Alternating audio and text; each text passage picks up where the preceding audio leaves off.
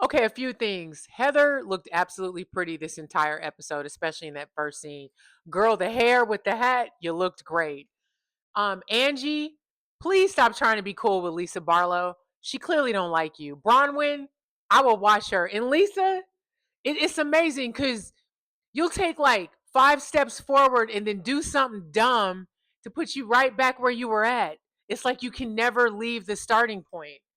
I mean, are you dumb? Welcome to the Asia Esterak Hour, where film meets conspiracy and pop culture gets a reality check. From sharp recaps to sci-fi theories and media deep dives, Asia Esterak serves it unfiltered.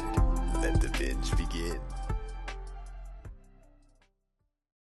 All right. The Real Housewives of Salt Lake City, season 6, episode 4. Okay. So we opened still at Lisa's clarity launch where there was no clarity. Um, so remember Whitney walked off pissed. So they show her still upset. She knows that Lisa can get under her skin. So she's like, I'm gonna just regroup, get myself together, and come back. At the table, Heather, I just want to say this. Heather is a trip. So I love and hate Heather this season. I'm not gonna lie. I was starting to dislike her last season. But I'll say this about Heather. Heather has a way of taking accountability, and then she also has a way of pointing out others' lack of accountability, but she does it in a way where it's so diplomatic that you can't even get upset with it. Because she's presenting it in a way where it's like it's very matter of fact and to the point. Um, I really liked how she called out Lisa Barlow and then called out her friendship with Lisa Barlow. She said, I'm not friends with you because of that, talking about the lawsuits or what you have. I'm friends with you because of you. Same with you, Angie. I'm friends with you because of you. I'm not friends because of what you have. I'm friends with you guys because I enjoy having a good time with you all. And this is not a good time. I'm so glad she said that because it here's the thing. I'm not a huge fan of Lisa Barlow at all. She's very plastic to me, but I will say this the way she deals with conflict, it lets you know that she probably had an interesting upbringing. I mean, we've all heard a little bit of it being raised. What she said, 6 kids, and she was ignored, and it really shows a lot about her behavior now. Just the whole attention thing and the thing to need to be number one and the best and separating herself from the others like somehow she's better than everybody. Girl, we all in the same boat. I don't care how much money you got in your bank account. We all in the same boat. We entered one way and we gonna leave one way. But either way, it isn't gonna be with what we have. It's gonna be with how we were while we were here and how we treated the others while we were here. That. So in this scene, Heather points that out. Before Heather points that out, though, her and Angie kind of get into it. Lisa and Angie, and they're going back and forth. And Lisa points out the fact that because Lisa starts attacking Angie about her businesses. Well, you only own like such and such percentage, and the rest are franchise. That was funny because Mary was like, "Did she just say French fry?" The side Kiki with Mary and Heather last season and this episode had me cracking up. But Angie was like, "Why are you always trying to discount my businesses?" It's funny, Lisa Barlow, you're not a worthy adversary to argue with because you're the I know you are, but what am I? You're Francis from Pee-wee's Big Adventure. Baby, you are Francis. Anyway, but as they're going back and forth, and you could tell Angie does not be wanting to go there. You could tell because she doesn't deliver the tea with confidence because you could tell she doesn't want to say it, right? But she finally calls out Lisa. She's like, "Well, what about your son's product? The wolf, whatever. It was like a beard. Wasn't it something for somebody's beards or something? For whoops, for beard. That was embarrassing. For beards and stuff like that. Um, so Angie kind of calls her out on that, and she goes, "It's interesting because you you don't even promote your own son's product, but then you're trying to partner with a partner that I've been partnered with for over 20 years or something like that." And then Lisa, "Well, yeah, they like my shiny hair." I couldn't, oh my God. I don't know how y'all do it. She has no redeeming qualities to me, like none. She's somebody that you would like have a cocktail with at a party that you came with somebody else. You know what I mean? Like she would just be one of those types. Lisa Barlow is she's nobody's friend because as soon as something don't go right in her world or she feels like she's being attacked, she attacks. So they're kind of going back and forth. Angie hits her below the belt with her son's product line, which I don't know how below the belt it was. It was factual. Your son you didn't even promote your son's line, but you throwing jabs. So, and Angie's like, and I actually put the product in my salon. So like, and it didn't even really belong there, but I did it. So they're kind of trading jabs. That's when Heather jumps in and says her thing and kind of calls Lisa out. So Lisa ends up apologizing to Angie. Angie, you know I love you and it just hurts me when we fight. Um, she talks about her issues with Whitney. She apologizes to both of them. They apologize. Then she directs her attention to Bronwyn. Bronwyn, I know me and you need a little bit more work, yada, yada, yada. Bronwyn says some real shit too. Bronwyn was like, I don't take pleasure in any of this. I just started saying stuff because you wouldn't stop talking about me. And that's it. That's it. So they end up, the clarity lunch ended on a positive note, at least for now.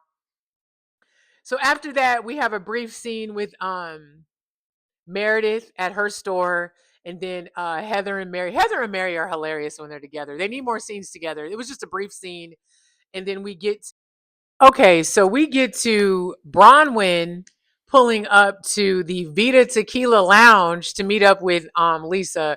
I'll give you this, Lisa. Your lounge looked nice.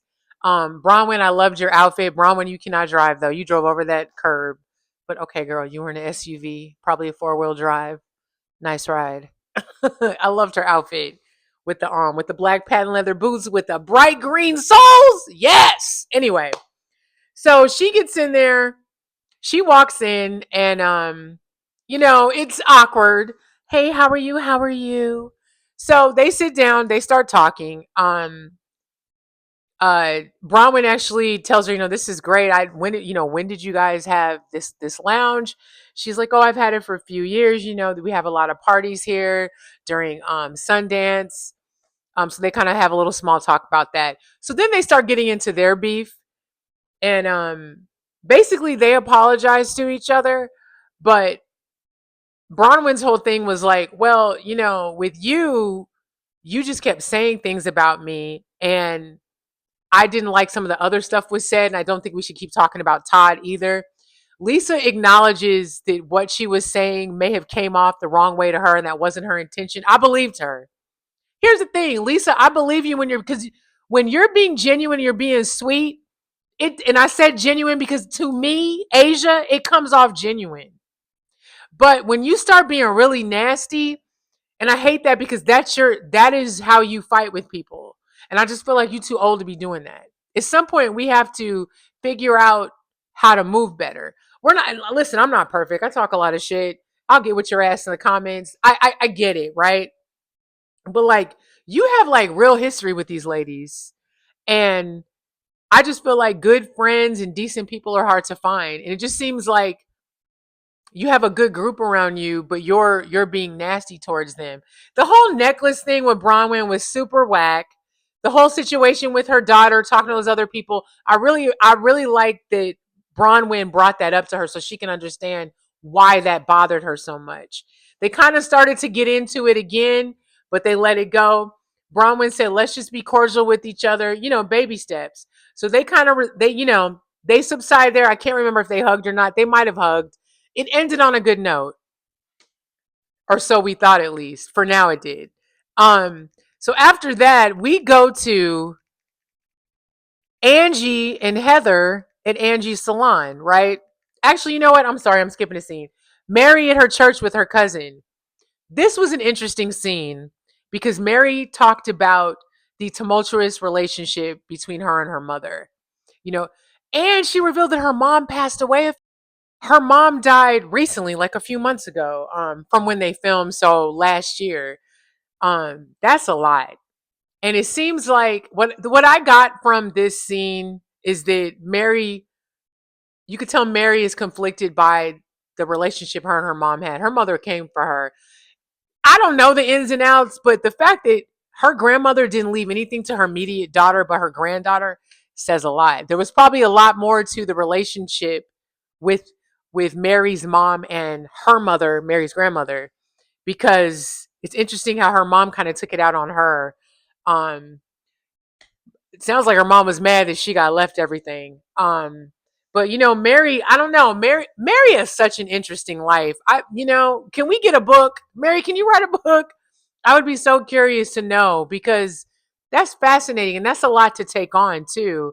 Imagine that type of pressure, you know, and your own mother is giving you all the pressure. That's crazy. But that was a good scene.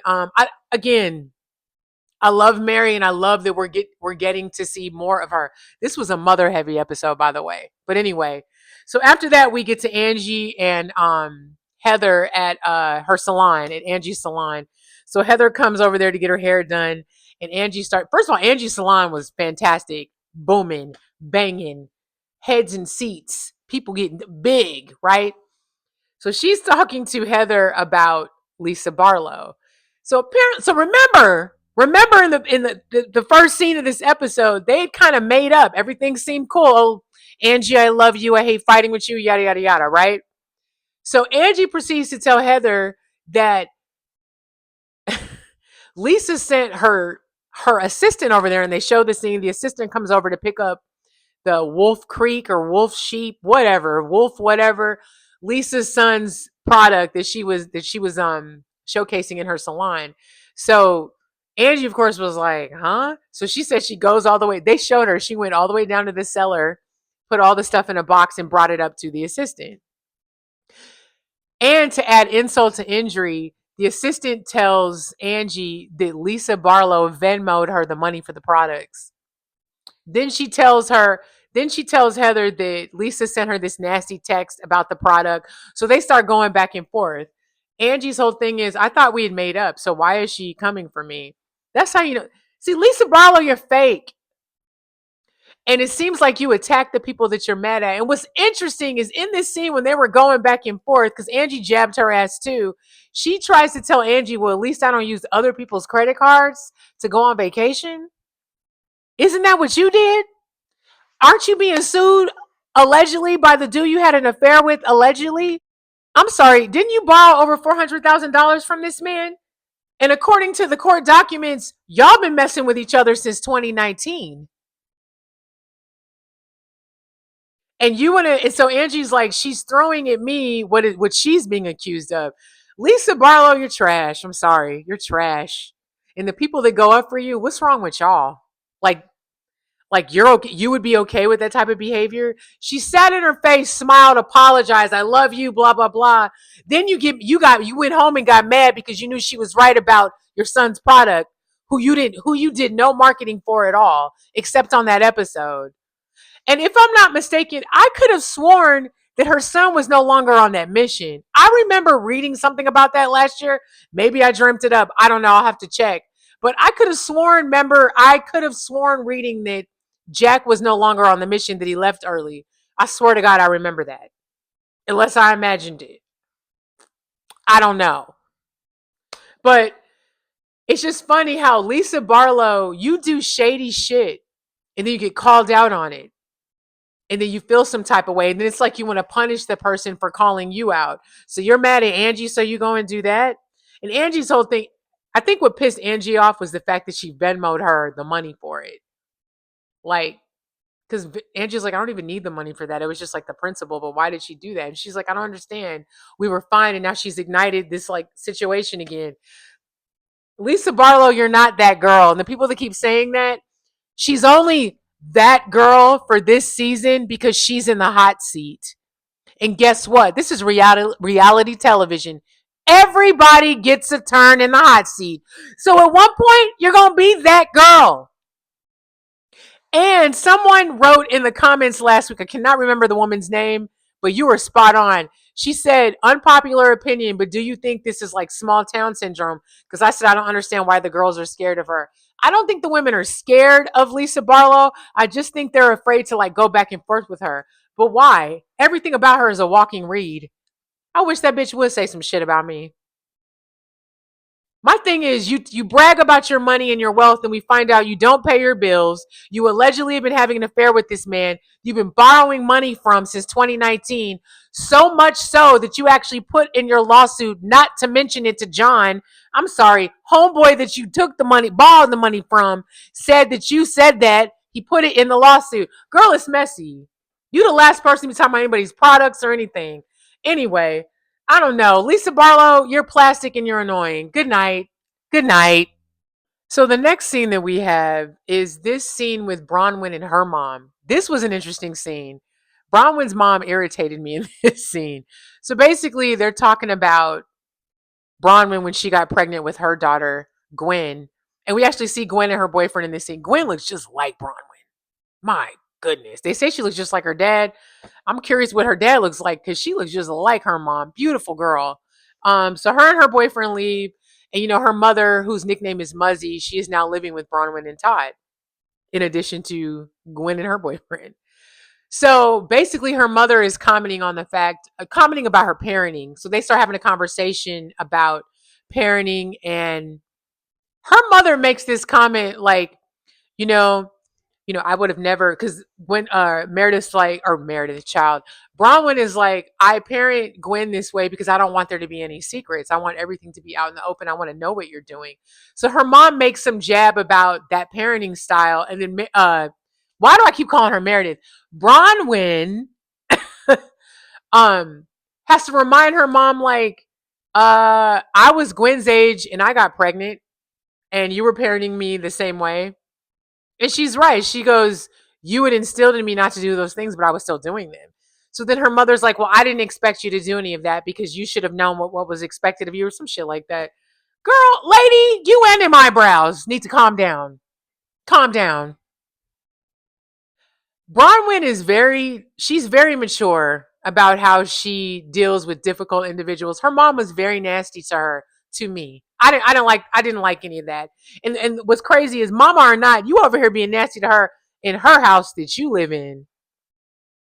And you're gonna attack her parenting style? Girl, bye. I didn't like that. And I also didn't like that Bronwyn basically expressed to her mother how her mom made her feel while she was pregnant. She, basically saying so much so it's the reason that she didn't have another kid. She didn't have an enjoyable time.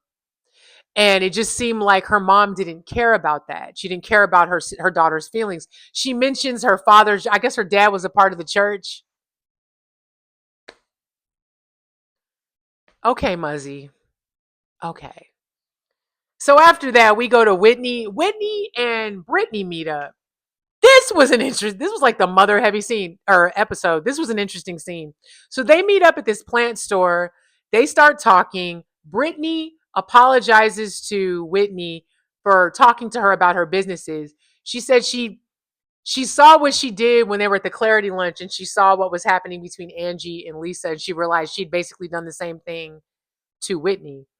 So they're talking about that. They apologize to each other. So they go outside in some like botanical garden thing. This is crooked. Sorry. And Whitney's asking about, well, what's her face mentions Jared Osmond, and Whitney's like, so you guys are you guys dating again? She's like, we are. We're back together. Whitney's like, so what does that mean? Because every other week y'all are breaking up. You're making an announcement or not. So like, what is it? So she tells her, we're taking things slow. It's because of our kids. We're taking it slow to build towards, getting engaged again. So they start talking about Brittany's daughter. I think her name is Olivia. And Brittany, it seems like you put men before your children, specifically this daughter. I believe she has two kids, two daughters. Isn't that what was mentioned last season? But Whitney tells her, like, I want you to listen to what you're saying and listen to your daughter, listen to your daughter's concerns. It just seems like you're not putting your daughter first, and I'm concerned about that. And Whitney, her face when she was telling her that, and Brittany just, I don't know. That scene was uncomfortable to me because I don't have children. I have enough self-awareness to know I'm a fucking whack job. So I don't know if I'm ready to pass down my wacky bullshit onto somebody else. And I don't know if I'm wrapped too tight to even have kids. I'm a good fur mom. I love my cats, and I'm a good aunt. I don't know about being a mom, but I do have enough wherewithal and enough self awareness to know that. I suffer from manic depression. I'm a moody ass bitch, and it is what it is. Plus, Earth is expensive, and I could barely afford me and these two cats. So I couldn't imagine bringing somebody else into the world. But it's just wild to watch Brittany. You've been on this show for 2 seasons. Well, this is your second season. And your whole introduction to this show is this dude. And then to learn from you last season that your daughters weren't talking to you and now they are talking to you. And Whitney said that like your daughter is finally talking to you again and you're not considering her feelings or anything. That was interesting. Um and here's the thing, Brittany, you're not dumb. You be playing stupid sometimes. You be thick as hell sometimes, but you know what it is. You really do know what it is. Um, Interesting scene. I hope that some of what Whitney said to her got through. I really do. Because Brittany, you're the mom. Your daughters are gonna move off of how you move. And baby, I don't know if you're moving right. Jared Osmond seems like he's a mess. You could do better. You're a cute lady. That other dude that you brought to the party last year when he showed up, that guy was cuter than him. What happened to him? What happened to him? I mean, I don't know. She just might be dickmatized. She could just be dickmatized. I mean, it's happened to the best of us. All right, so this last scene, Angie and Meredith sit down. So Angie's telling Meredith about everything that happened with Lisa Barlow, the product, and all that. And Angie's like, I want to talk to you about Lisa Barlow because when you and I were not getting along and she was still cool with you, she was telling me about certain things about your life, certain people in your family, to Google this person, look up this bankruptcy, look up this, this, and this. And Meredith was sitting there like, now in Meredith's confessional, she's like, I don't know why she would be telling me this. This is kind of hard to believe, but I am going to, I'm going to talk about it with Lisa. She also says it in the scene. But has Angie lied yet? Has she lied? Because I don't think she's lied yet. She said some crazy shit. Absolutely. She's made some weird observations. Absolutely. But has she lied? Now, Angie, you are being messy because you should have been told Meredith this. You're only telling her this now because Lisa's being horrible towards you. So what's good for the goose should be good for the gander, right? I understand Meredith being like, but of course she told her like I'm gonna bring this up with Lisa. I 100% believe that Lisa said this shit because that hot mic nonsense from however many seasons ago, was it 3 seasons ago, 2, 3 seasons ago, 3, 4 seasons ago, was very telling. You called your homegirl a whore. You talked about how they rent houses every season. You called their family weird and posers. I remember all of that. So a lot of the stuff that Angie was saying sounded kind of true considering the shit that you had said before on the hot mic. Because you was really speaking how you felt about Meredith. You don't really like any of these ladies. That's the vibe that I get. You don't really like them. You tolerate them. And that's okay. This is a TV show. These people are your coworkers. You know, some of these people in real life, maybe you hang out with them in real life, maybe you don't. I don't know. But Lisa Barlow, you're a mess. You're a mess. Get it together. Okay? In the words of Lizzie from Real Housewives of Orange County, I think it was like season 6 or I don't know. It's been 19, child. What she say, Tamara, you're the most insecure woman that I've ever met. Get it? You're a mess. Lisa Barlow, you're a mess. And Angie, I hate that you went that low to deliver back that information because you know what you were doing with that. But it is what it is. Welcome to reality television. It is what it is. Anyway, 4th episode. I'm here for it. Petty Little Liars is the name of the episode.